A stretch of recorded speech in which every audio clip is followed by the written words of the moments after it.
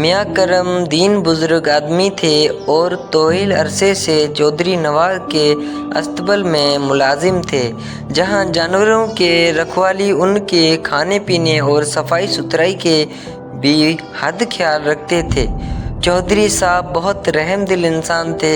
گاؤں کے لوگوں کے ساتھ ساتھ وہ اپنے جانوروں سے بھی بہت محبت کرتے تھے اور ان کو کسی تکلیف میں نہیں دیکھ سکتے تھے۔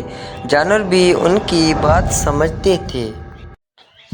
ایک دن کرم دین نے آ کر چودھری صاحب کو بتایا کہ ان کی پسندیدہ گائے بہاری چارہ نہیں کھا رہی ہے۔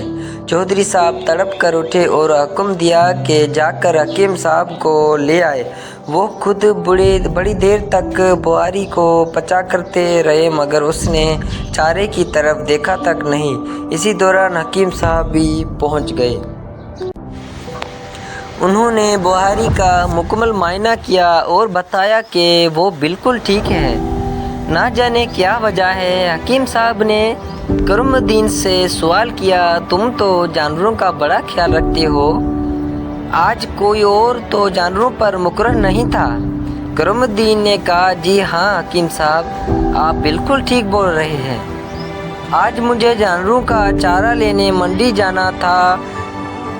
دوسرے ملازم مراد سے جانور کا خیال رکھنے کو کہا تھا۔ حکیم صاحب نے فوراً مراد کو بلایا اور اس سے پوچھا، تم جانوروں کی دیکھ بھال کس طرح کرتے ہو؟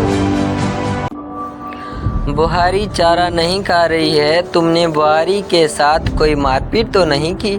مراد بے وقوفوں کی طرح من کھولے سوال سمجھنے کی کوشش کر رہا تھا کہ چودھری صاحب کی غضبناک آنکھیں دیکھ کر اس کی سمجھ میں حکیم صاحب کا سوال آ گیا۔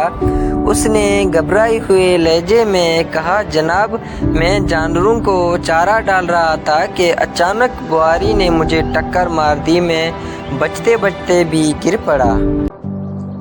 میں نے فوراً چھڑی اٹھائی اور دو چار اس کی کمر پر چھوڑ دی۔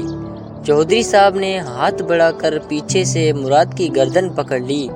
حکیم صاحب نے مشکل سے انہیں ٹھنڈا کیا اور مراد سے کہا، بیٹا انسانوں کی طرح جانوروں میں بھی عزت نفس کا مادہ ہوتا ہے، وہ تم سے ناراض ہے اسی لیے چارہ نہیں کھا رہی۔ مراد نے سادگی سے کہا، حکیم جی بہاری نے پہلے مجھے ٹکر ماری تھی۔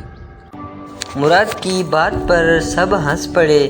حکیم صاحب نے مسکراتے ہوئے کہا، بے وقوف انسان، جانور بے زبان ہوتے ہیں تو وہ خوشی یا پیار میں ٹکر مارتے ہیں یا لپٹتے ہیں۔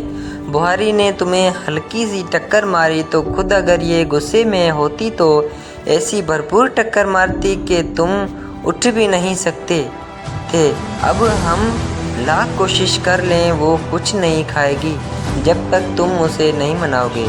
مراد بھی حد شرمندہ تھا۔ اس نے چودھری صاحب سے معذرت کی اور بہاری کو پیار کرنے لگا۔